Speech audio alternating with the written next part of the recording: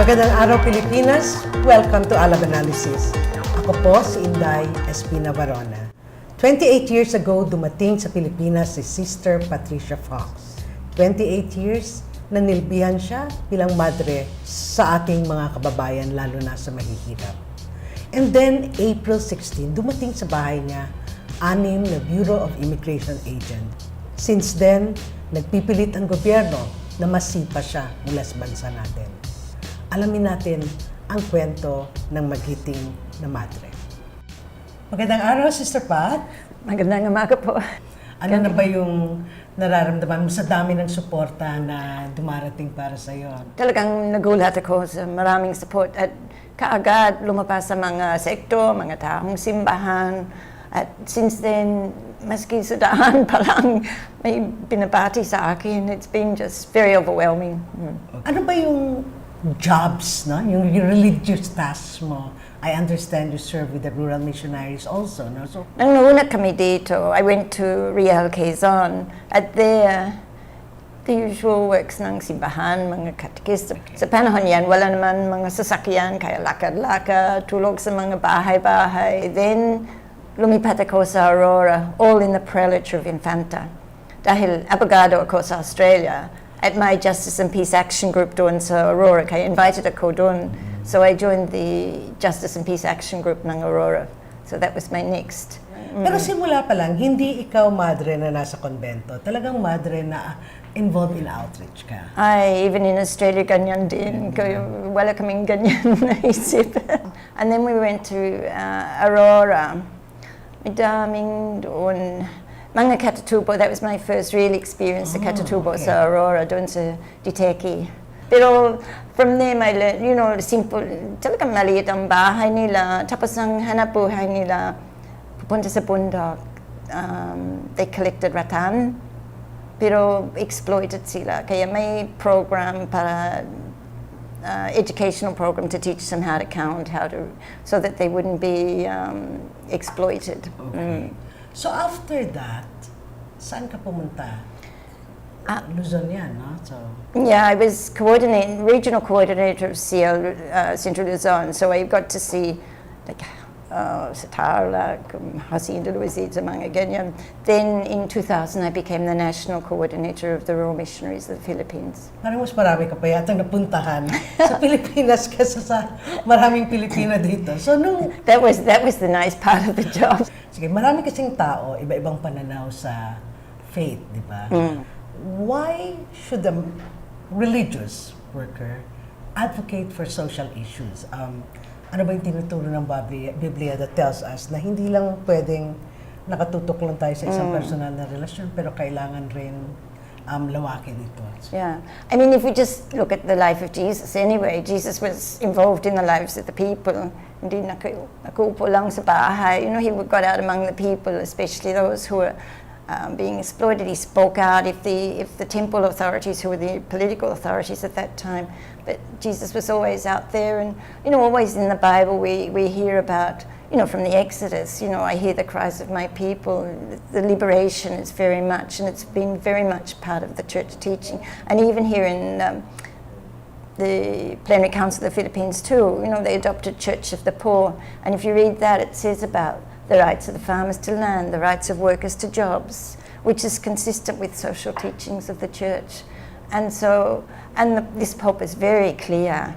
We can't just sit, or we can't just have little projects. We have to be involved in the whole of the life of the people. Okay. What's a day like in the life of Sister Fox then? Well, my office work didn't writing projects or organizing projects, but masaya ako if I go to the area. And there I stay with the people and cuento about their, you know, like sometimes, often they've got problems with different things, but they also are people who want to share what their joys are, about their families, about what's happening. So that's where I really May enjoy. panahon bang nahirapan ka na parang medyo masyado na mabigat ang nakikita mo sa Pilipinas? I know people who have disappeared, I know people who have died, I know their families, I know people who have been thrown off their land. Anong nangyayari yan? Ano yung, what goes on in your head? Ano yung iniisip mo pag nangyayari mo ngayon? Yeah, I think one thing really very sad for what's happening, but also it makes you more determined to change things for them and for others who are in the same situation, I think. So you've never lost hope in the capacity of people to change? I think I don't lose hope because mostly the people I've been working with are organized and they don't lose hope. Thank you, Sister Pat. We'll take a break now. Babalik po tayo. Makikinig lang muna tayo sa mga umaalab na balita mula sa Altermedia. Nagsagawa ng strike ang mga manggagawa ng NutriAsia, ang pinakamalaking pagawaan ng mga condiments sa Pilipinas. Hiling nilang maibalik sa trabaho ang mahigit 50 manggagawang tinanggal sa trabaho, kabilang na ang mga lider ng samahan ng nagkakaisang manggagawa ng NutriAsia. Iginigiit din nila ang regularisasyon at mas makataong kondisyon sa paggawa. Ayon sa mga manggagawa, nilabag ng kumpanya ang utos ng DOLE na gawing regular ang mahigit 700 na manggagawa. 35 pamilyang Higaonon ang lumikas sa kani-kanilang tahanan matapos okupahin ng mga miyembro ng 58th Infantry Battalion ng AFP ang kanilang komunidad sa Lagonglong, Misamis Oriental. Ayon sa ulat ng Kodao Productions, hinaharas ang mga bakwit maging sa evacuation center at isang menor de edad ang umunoy dinukot at muntik ng gahasain. Ayon sa grupong katungod, layon ng military operations na palayasin ang mga Higaonon upang magbigay daan sa large-scale mining sa kanilang lupang ninuno. Pinaputukan ng hired goons ang kampo ng mga magsasaka na nagsasagawa ng bungkalan sa lupang Ramos sa Dasmariñas, Cavite. Ikinasugat ito ng isang magsasaka. Ang pamamaril ay pinakahuli lamang sa sere ng panghaharas at intimidasyon ng mga land grabber na pinaniniwala ang mga tauhan ng Ayala Land. Ayon sa mga magsasaka, pilit na inaagaw ng Ayala Land ang kanilang lupang sinasaka para sa isang development project na sumasaklaw sa mahigit 300 ektarya. Isang interim peace agreement ang pinag-uusapan ng National Democratic Front at gobyerno ng Republika ng Pilipinas bilang paghahanda sa posibleng panunumbalik ng usapang pangkapayapaan. Sinusuportahan ng mga mamamayan ang resumption ng peace talks dahil sa mga reformang sosyo-ekonomiko na posibleng mapagkasunduan. Ngunit nananawagan ang bayan sa AFP na itigil ang umano'y pananabotahe sa peace talks matapos questionin ni Defense Secretary Lorenzana ang interim peace agreement. Anila, ang pinakamalaking balakid sa peace talks ay ang terorismong inihahasik ng militar sa mga sibilyan na komunidad kung saan marami ang pinapatay, hinuhuli at sinasampahan ng gawa-gawang kaso. Kamakailan, inaresto ang lider unionista na si Bob Reyes at inakusahang NPA. Welcome back to ALAB Analysis. Ako po si Inday Espina-Varona. Kasama natin ngayon si Sister Patricia Fox. Now, pag-usapan naman natin yung kaso mo. Okay. April 16, dumating sa bahay mo ang 6 na BI agents. So, kwento mo nga anong nangyari after that. May dumating sa bahay, five lalaki at isang babae. The babae was in the uniform ng security guards. Sabi nila sa akin, they wanted me to go with them. Wala naman tao. Ako nag-isa sa bahay. Sabi ko, pwede bukas na lang. Sabi nila, hindi, dapat na yun. Sabi ko, bakit? And they said, just to clarify a few things. Nasisip ko, wala kong hindi madali ma-clarify. Kaya, sabi ko, sige. But then I said to them, I don't need my passport if I'm in the Bureau of Immigration dahil nasa travel agent. Sabi nila, hindi naman. Sabi ko, magbihis ako muna at my room is sort of up. So umakyat din ang babae. Nagulat ko. Tumawag siya ng mga kasama. They were racing up the stairs when I came out. Why? Sabi You were resisting her. Sabi nila, ay, nandito pa si ma'am. I think they must have thought there was a back way out or something. So then, bumaba kami. It was just at that time, one of our sisters arrived from Real, Quezon. So I said, pwede siya sumama. So she came with me in the thing. So then I started, when I'm in the van, I started texting the ones I work with, and they started texting everybody and lawyers and things. So we went to the Bureau of Immigration. And then I saw this, can't remember his first name, La Rosa. He's the intelligence agent that was in charge. And we said, what's happening? So umupo siya. Sabi niya, you've been joining rallies, it's illegal, you're an undesirable alien and we're deporting you immediately. Sabi ko, so sabi niya noon, mismo, okay. Kaya that's the first time I really, I realized it wasn't. You were in big trouble. And then they wouldn't let me out of the room because Nadia, one of my kasama, arrived, and he took her out of the room and told her the same thing, that I was to be deported immediately. Anyway, it didn't happen because my friends arrived very quickly. There were people outside the BI, there were people inside the BI, the lawyers arrived. So maybe 7-ish, they called me upstairs and said to me, showed me a report that came actually from Nika in southern Mindanao, which they've never given us a copy of because I believe it was a confidential, but they didn't have any other documents at that stage. And it had that I had been on the 7th of April, I had joined, because I had joined the fact-finding from the 6th to the 9th. Yes.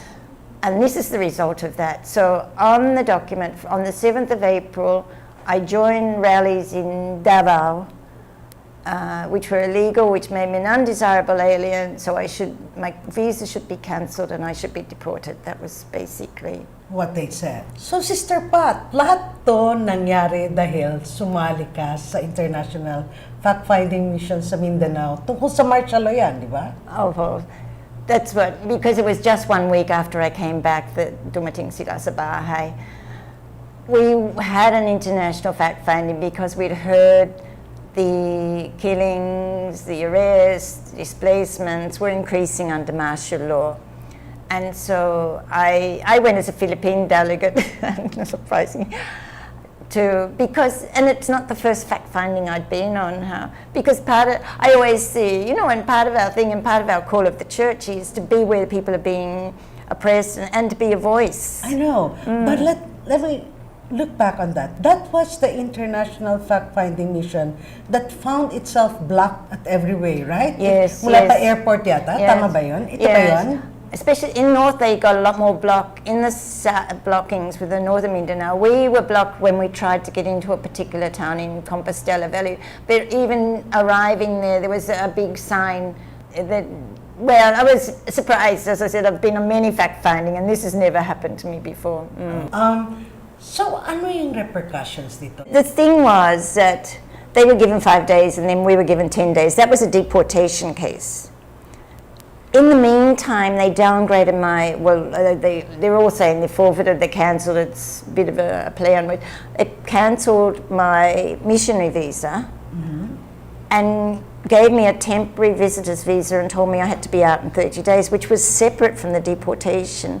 And we only found out about that through the media 2 days later. Now, the reasons they're giving for that have consequences for foreign missionaries and other foreign human rights workers, because the reasons they're saying is foreign missionaries shouldn't go work outside their barangay, and they should only do traditional church work, like teaching religion and converting people, which hasn't been part of the Catholic churches. That was the missionary thing. So that's a really big issue for the major superiors now. They're defining that missionaries have to stay in their barangay and only do religious work, whereas we would say, I'm doing religious work, living the gospel is what I've been trying to do. The other thing is, from 2015, which says tourists are not to take part in any rallies, press conferences, for or against the government, or they can be immediately deported. Now, according to my lawyers and according to the Commission on Human Rights, that's totally anti-constitutional and totally against any international human rights. And so that's the problem now. And other foreigners have been threatened with that, and some have been deportation orders have been started against them. Talaga yan. So the two things, from the church perspective and from the perspective of any foreigner who comes here on a solidarity mission. What's in store for Sister Fox? Do you have any regrets? 28 years, ganun na lang ba yun? I certainly haven't got any regrets. Wala naman regrets doon sa 28 years, because I've met so many amazing people and had so many amazing experiences that I've never had before. Simply because I'm an urban girl from Melbourne, Australia, and I've been in the rural area. So wala naman akong regrets.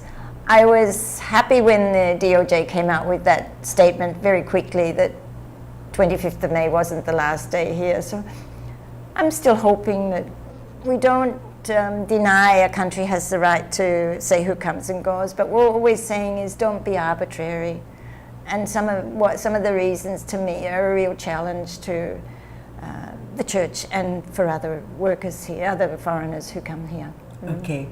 Thank you, but I'm going to ask one last question. In the dead of night, after prayers, when you're about to sleep, what goes into your head? In one way, I wish it would all go away, to tell you the truth. It'd be nice if it just disappeared, but it's not going to, yeah. I think, again, you know, like I've had such wonderful support, and the lawyers and the people I've been working with, and I feel sorry for them because they've been working overtime. And I think just their determination gives me the courage and the hope to go on. And we do believe that justice will prevail, yeah. Words of hope, words of wisdom. Kailangan po natin magtapos. We'll see you next week. This is Sister Patricia Fox, and I'm Inday Espina-Varona. Magandang araw po sa inyo.